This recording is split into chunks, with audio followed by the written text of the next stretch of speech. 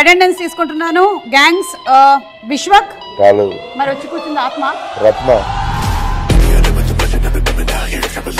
నేనే కట్టప్ప.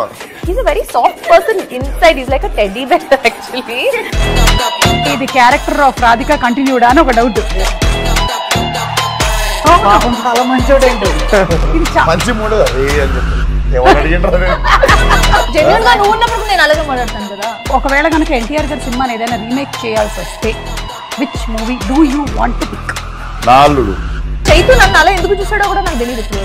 మస్తు షేడ్స్ ఉన్నాయి అన్నిలో. పాకత్తరు డేట్స్ ఖాళీ ఉండవు, చాలా బిజీ ఉంటారు. కొడేస్తూ ఉంటాను అంతే ఎవరైనా